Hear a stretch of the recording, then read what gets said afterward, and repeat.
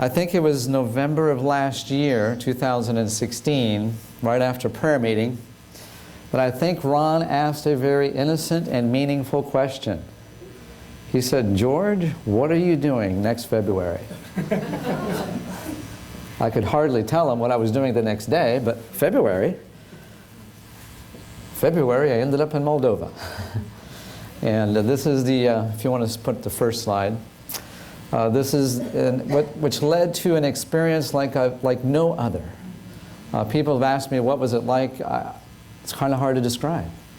It's beyond words. It was amazing. So this is the experience that I had there. If you can go to the next one, I might just have to tell you. I don't know if this, okay. I arrived in Chisinau. This was Friday evening. I think it was around 9:10 p.m. And I was scheduled to preach the next morning, but I arrived in Chisinau, the center there, and there's a little map there.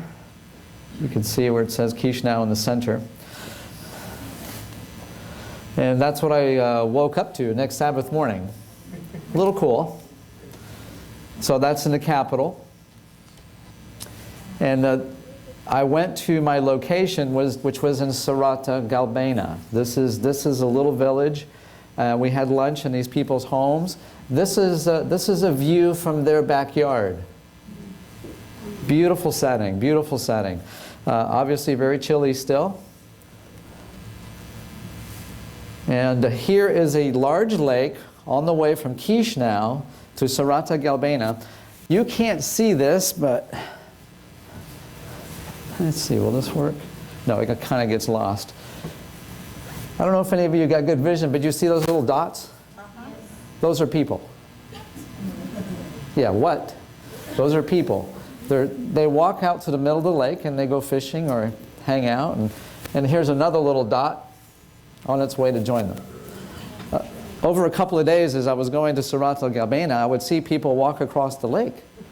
And being from Florida, I'm not interested in that.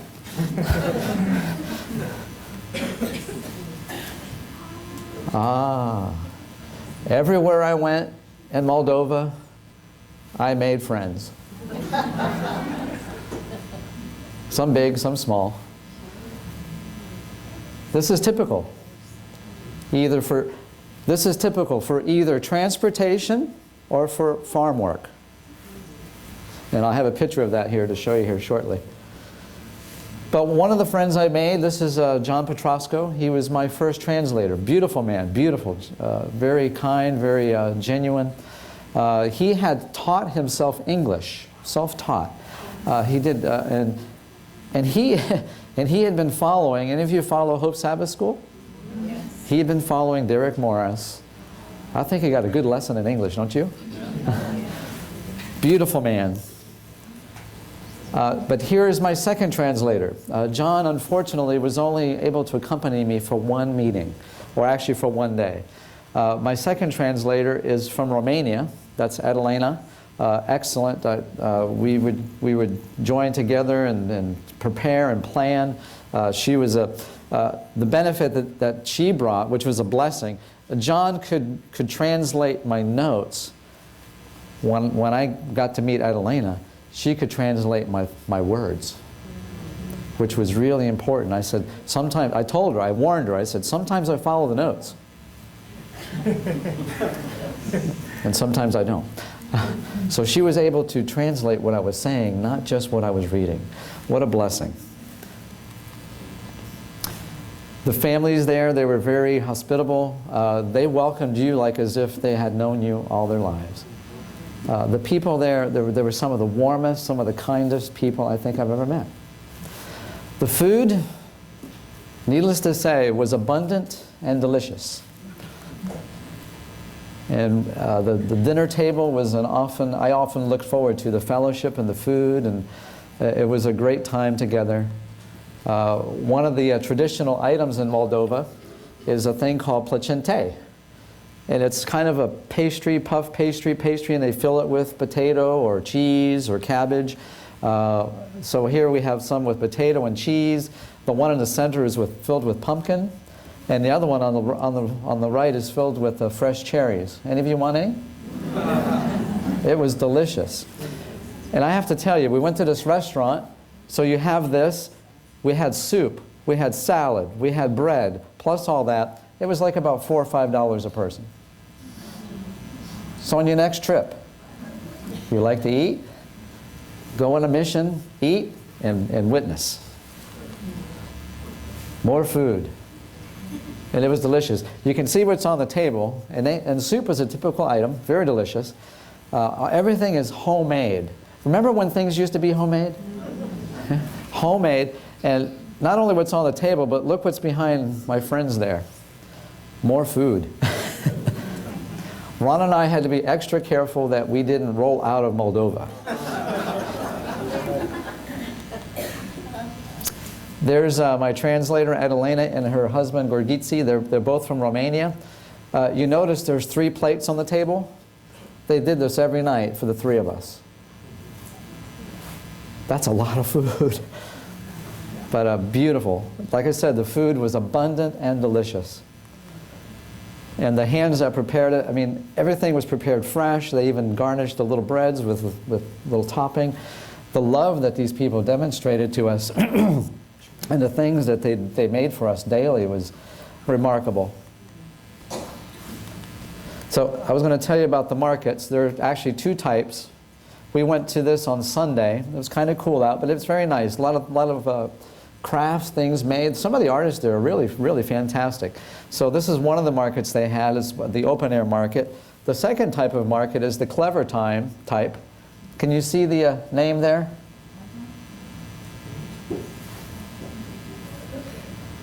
Moldova. Moldova. That's clever, isn't it? What's happening with Moldova, it's really a tale of 2 nations. The people there, about 75% speak Romanian and about 25% are Russian. The current president has Russian leanings, whereas the people have European leanings. It's really, they're really in a struggle in terms of where they go. On the right, there's a picture of Kutovsky. He is the Russian hero. But if you ask some of the Moldovans, they say he's no hero at all, he was a thief. And on the left is Stephen the Great. And I'm standing underneath, not so great, but there's Stephen the Great. So the country is not quite united. There's a river that goes through, and the eastern part of the country, which is Transnistria, has Russian armaments and soldiers that are still there since 1992. The people there kind of associate with Russia, but they're still under Moldovan government. So it's a very awkward situation for them to be in. Right across from the hotel, this looks like a military training, but no, this is actually the Moldovan police. The police there train and act a lot like the military. So the police there are more closely what you would recognize as military versus police.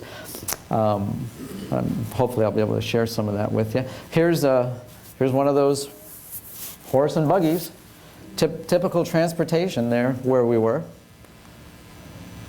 There's some more.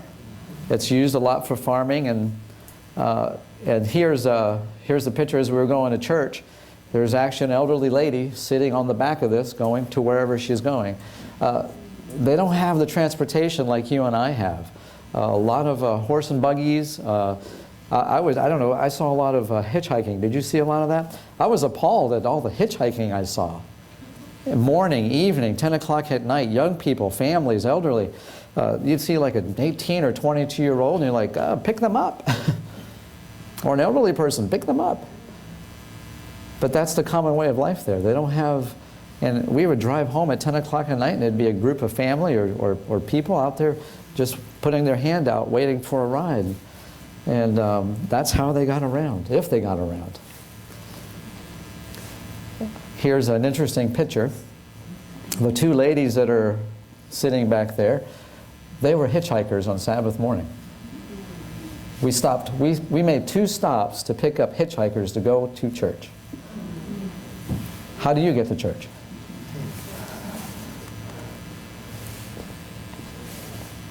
In the area that I was stationed in, this is Sarata Noa. Sarata Noa means salty new.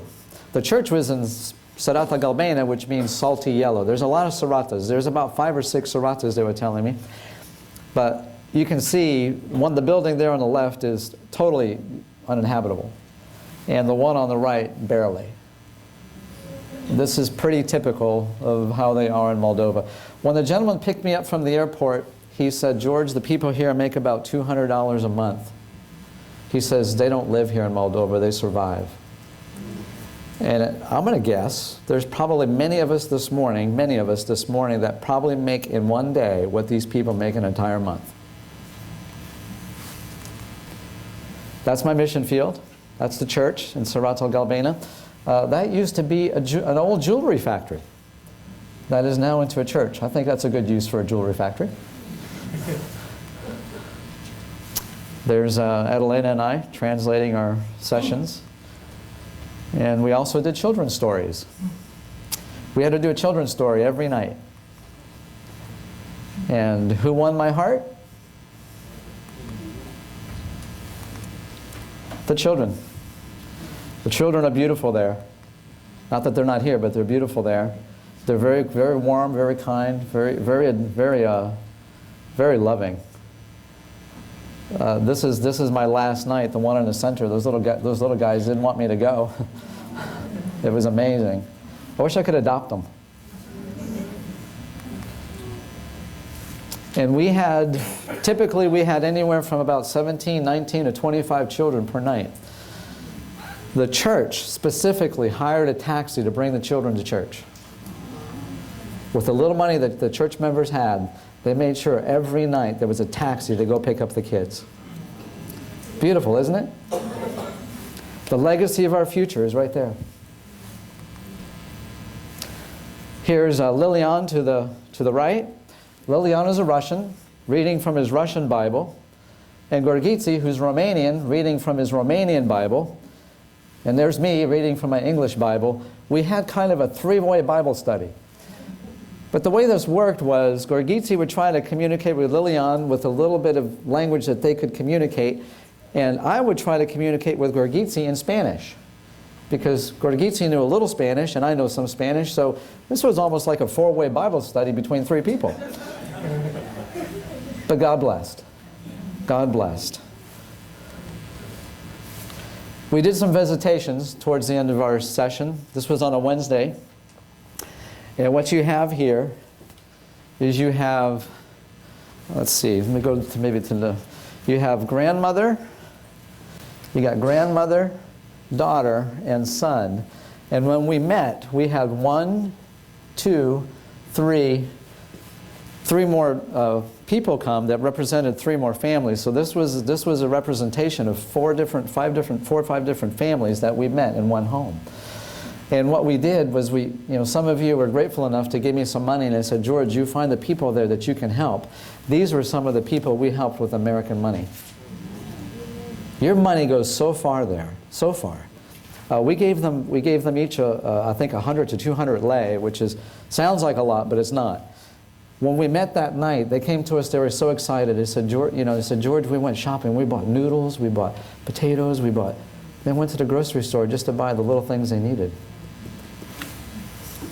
We are so blessed here.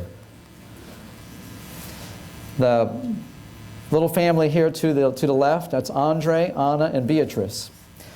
They're a very poor family. He had just bought a house there in Moldova. And you want to take a guess how much his house cost? It cost him $2,500. That's wow. So you can imagine what kind of house would you get here in Florida if it would cost you about $10,000? The driveway, maybe. But if you were to see their home, the $2,500 home, by U.S. standards, it would be condemned. By U.S. standards.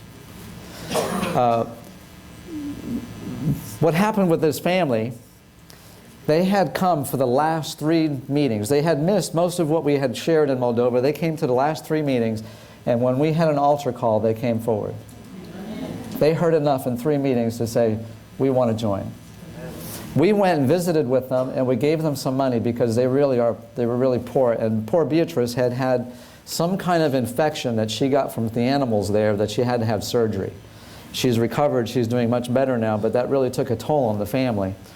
And we gave them some money, and some of their friends were criticizing them, well, they're bribing you to join the church. Well, so let them. God bribes me to join the church every day. I don't have any problem with that. But we gave them money because they were in need. The lady there to the right, her name is Lydia. Beautiful lady, beautiful lady. She reminds me of my grandmother. She would come every night, and she says, well, what he's saying makes sense, but I just want to make sure that this is the right thing before I decide. So we went and visited with her, and we had prayer, and she had all her Greek Orthodox paintings and icons, and her family is, more than 93% of the people in Moldova are Greek Orthodox. And while we visited her, she says, pray for me that God will help me make the right decision. And we prayed with her. When we had our call, she came forward.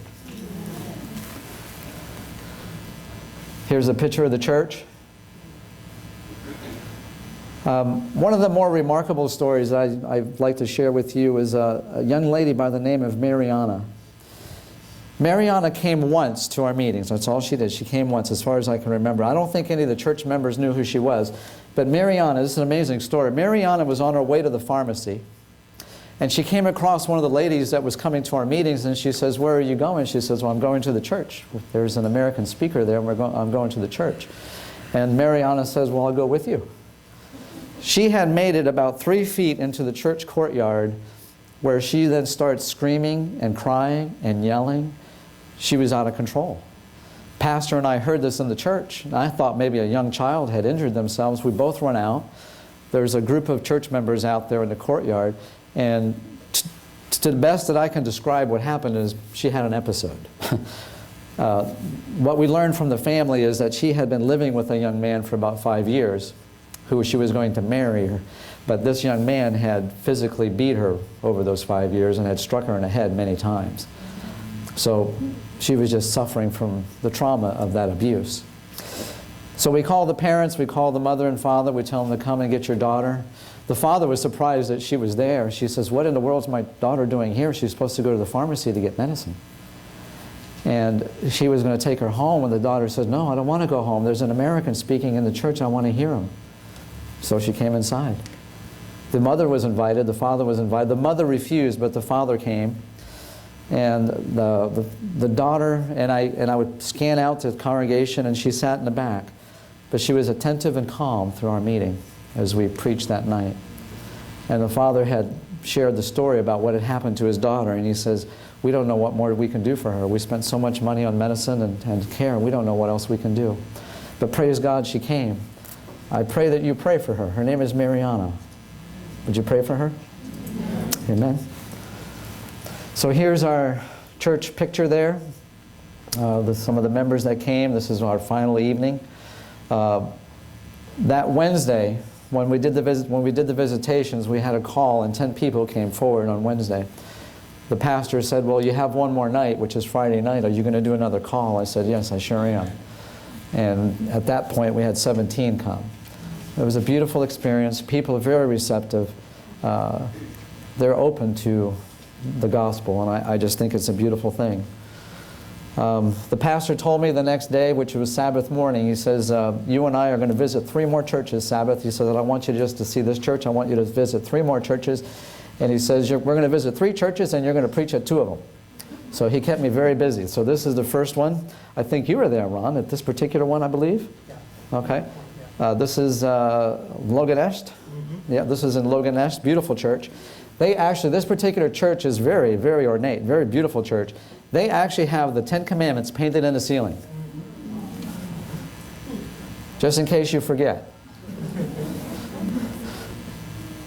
And then this one's the second church I went to. We did a children's story here and did the message that morning. This is Chuchulene in Moldova. Beautiful little area, beautiful little village. I hope you can come next Sabbath. I'll share with you my final Sabbath message I shared in Moldova, plus a children's story I shared with them. Beautiful little church. The people there are just some of the most warm people I think I've ever met. Here we have a picture of the church and the church members. What do you think of this building? We went to another village, and it was a dirt road that was in bad need of repair. We were on this dirt road, I can't tell you for how long. When we were still on this dirt road, I looked at my driver and I said, "Are we still in Moldova?" But when we got to this little village, think about this, ladies and gentlemen, these people make $200 a month. The Seventh-day Adventist members of this little village put the money together that they could to build this church. It's a beautiful church. They need another $4,600 to finish the heating for the church, some of the plumbing and heating. But that's where their money is going. They're very committed to their faith. Beautiful example. Here are some of the members inside, some of the little children, but these are some of the members that are helping put together. And the pastor made an appeal to me. He says, "George, now that you're here," and he shared with me the need of that particular church as they try to finish the construction. I wondered, what would it be if we could maybe adopt 2, 3, 4, 5, 6, 7 churches there in Moldova and just send support every month? You think that might be a good idea? We should talk about that, shouldn't we, Ron? Perhaps adopting a church there. This is back in Chisinau. Beautiful sunny day. It was still cold. And this is by the area where I was in Sorata-Noa. So I'd like to go back. There's an opportunity to go back in 2019. It is written as putting together, considering doing another outreach campaign in Moldova. And I don't know about you, Rob, but I want to go back. My final journey from, this is going into Istanbul, Turkey. There's a lot of freighters out there. I was able to capture this picture. There's only one, but that water is full of freighters. So that's my Moldovan mission. Hope you enjoyed it. My question to you this morning, what will be yours?